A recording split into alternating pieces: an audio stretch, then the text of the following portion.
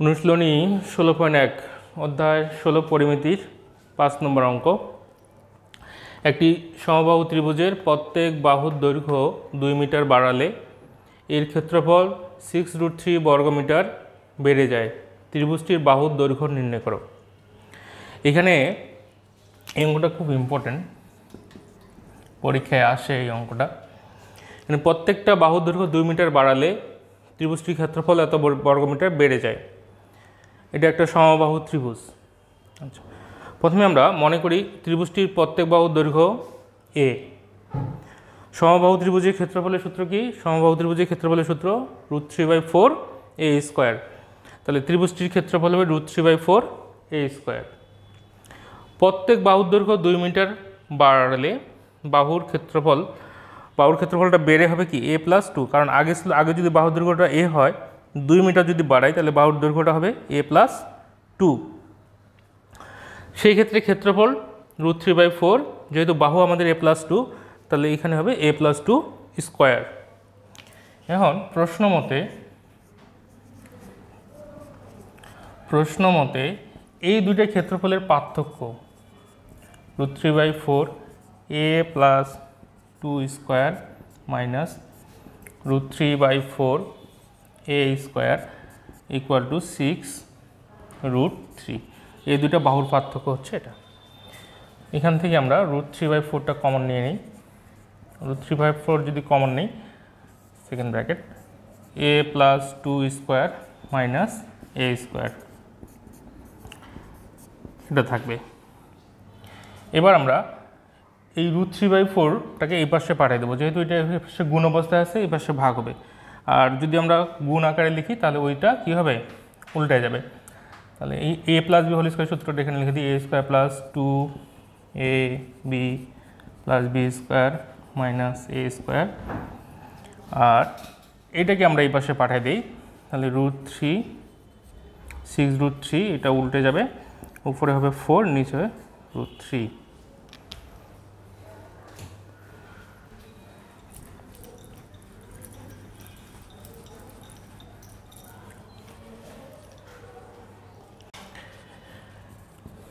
তাহলে a² কেটে গেল, এখানে 2 2 4a + 2² মানে 4, √3 কেটে গেল, 6 আর 4 যদি গুণ করি 4 6 24, 4a 24 মাইনাস 4, তাহলে 4a = 20। অতএব বা a = 20/4, therefore a = 5। অর্থাৎ এখানে ত্রিভুজটির বাহুর দৈর্ঘ্য হবে, a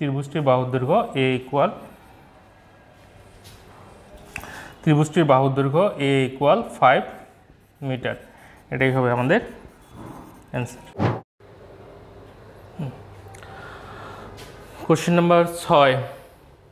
একটি ত্রিভুজের দুই বাহুর দৈর্ঘ্য যথাক্রমে 26 মিটার, 28 মিটার এবং ক্ষেত্রফল 182 বর্গমিটার হলে বাহুদ্বয়ের অন্তর্ভুক্ত কোণ নির্ণয় করো। এখানে একটা ত্রিভুজের দুই বাহুর দৈর্ঘ্য দেওয়া আছে এবং এদের ক্ষেত্রফলটা দেওয়া আছে। আমাদের বাহুদ্বয়ের অন্তর্ভুক্ত কোণটা বের করতে হবে। অর্থাৎ আমরা যদি বোঝার জন্য একটা ছবি আঁকি, তাহলে এই বাহুর দৈর্ঘ্য দেওয়া আছে, এইখানে যে অন্তর্ভুক্ত কোণটা এইটা আমাদের বের করতে হবে। তো আমরা প্রথমে ধরে নিলাম যে মনে করি ত্রিভুজের বাহুদ্বয়ের দৈর্ঘ্য যথাক্রমে a = 26 মিটার, b = 28 মিটার। বাহুদ্বয়ের অন্তর্ভুক্ত কোণ থিটা। দুই বাহু এবং তাদের অন্তর্ভুক্ত কোণ, এটা দিয়ে আমরা একটা সূত্র শিখছিলাম। এটা ত্রিভুজের ক্ষেত্রফলের সূত্র কি? ½ ab sin θ। তাহলে লিখি যে ত্রিভুজের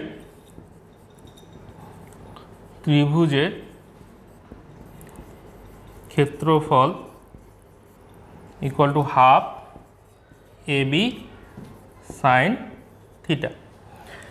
তাহলে প্রশ্ন মতে এই ক্ষেত্রফল অর্থাৎ ½ a মানে আমরা পাইছি 26, b মানে পাইছি 28 sin θ, এটা = আমাদের ক্ষেত্রফল দেওয়া আছে 100 82 বর্গ মিটার। তাহলে এটা আমরা কেটে দেই, এখানে হচ্ছে 13, 13 into 28 into sine theta 182, sign theta equal two 182 13 multiply 28। এটাকে যদি আমরা ক্যালকুলেশন করি ক্যালকুলেটর দিয়ে, তাহলে আমরা পাবো হাফ। তাহলে sine theta equal to sine কত ডিগ্রির মান? হাফ। সাইন 30 ডিগ্রির মান হাফ, সাইন 30 ডিগ্রি। অতএব থিটা ইকুয়াল টু 30 ডিগ্রি। এটাই অ্যান্সার। অর্থাৎ ওই যে বাহুদ্বয়ের অন্তর্ভুক্ত কোণ theta equal to 30 degree. Question number 7, একটি সমদ্বিবাহু ত্রিভুজের সমান সমান বাহুর দৈর্ঘ্য 10 মিটার এবং ক্ষেত্রফল 48 বর্গমিটার হলে ভূমির দৈর্ঘ্য নির্ণয় করো। এখানে সমান সমান বাহুর দৈর্ঘ্য আর ক্ষেত্রফল দেওয়া আছে, এটা একটা সমদ্বিবাহু ত্রিভুজ। তো আমরা প্রথমে মনে করি সমদ্বিবাহু ত্রিভুজের সমান সমান বাহুর দৈর্ঘ্য এ, ভূমির দৈর্ঘ্য বি। তো সমদ্বিবাহু ত্রিভুজের ক্ষেত্রফলের সূত্র b/4 √4a² minus B square. B বলতে এখানে ভূমি আর এ বলতে সমান সমান বাহুর দৈর্ঘ্য। এখন প্রশ্ন মতে যে এইখানে আমাদের ক্ষেত্রফল দেওয়া আছে আর প্রশ্নের মধ্যেও ক্ষেত্রফল দেওয়া আছে 48 বর্গমিটার। তাহলে এই দুইটা ক্ষেত্রফলকে আমরা ইকুয়াল করে লিখব, b/4 4a² minus B square equal to 48। এখানে এই 4টাকে 48-এর সাথে আড়াআড়ি গুণ করে দেই, তাহলে এখানে থাকবে বি √4।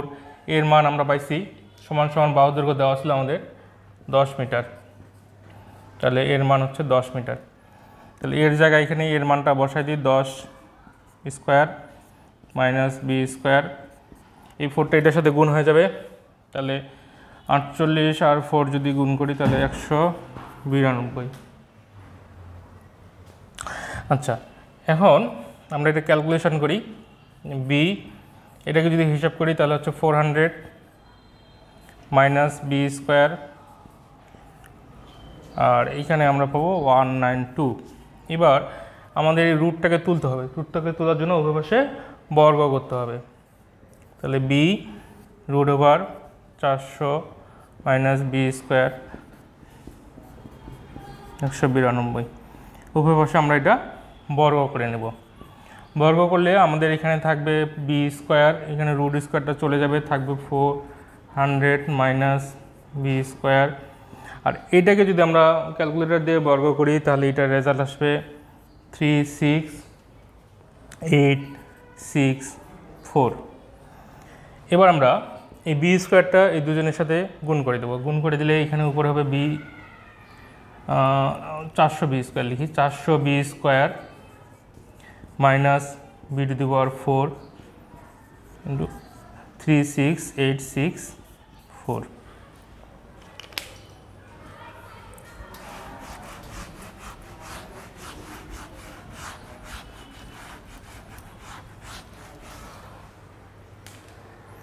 এবার আমরা এই ক্যালকুলেশনটা উপরের দিকে করি, সে একটু সাজায় লিখি, b⁴ প্লাস 400 বি স্কোয়ার, এটাকে ওই পাশে নিয়ে আসি, তাহলে সাইনটা চেঞ্জ হয়ে যাবে, 36864 ইকুয়াল টু 0। তো আমরা এখানে এই মাইনাসটাকে কমন নিয়ে নেব।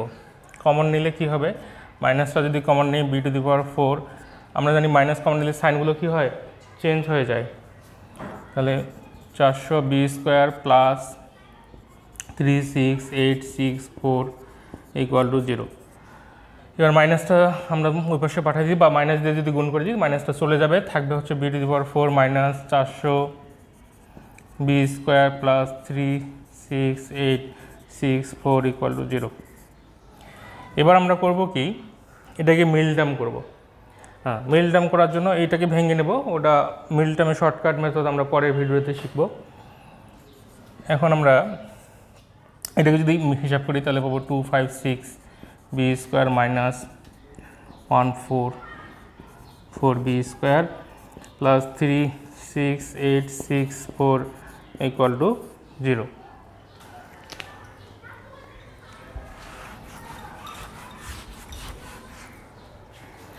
আচ্ছা, এবার আমরা কি করব, কমন নেব। এখান থেকে কি কমন যাবে, এই দুইজনের মধ্যে যদি আমরা কমন নিই তাহলে বি স্কোয়ার কমন যাবে, তাহলে বি স্কোয়ার মাইনাস 256, এই দুজনের মধ্যে যদি কমন নিই মাইনাস 144 কমন নেব, তাহলে থাকবে B square minus 256 equal to 0। এবার এই দুজনের মধ্যে একটা লিখব, B square minus 256 B square minus 144 equal to 0। তাহলে B square minus 256 equal to 0 और B square minus 144 equal to 0। এখান থেকে আমরা বি স্কয়ারের মানগুলো বের করব। তাহলে বি স্কয়ার ইকুয়াল টু এখানে হবে বি স্কয়ার ইকুয়াল টু হবে 256 B equal to root 256। Therefore যদি আমরা এটাকে রুট করি তাহলে কত পাবো, 16। 256কে রুট করলে আমরা পাবো 16। এখানে বি স্কোয়ার ইকুয়াল টু পাবো 144, B equal to root 144, therefore B equal to পাবো 12।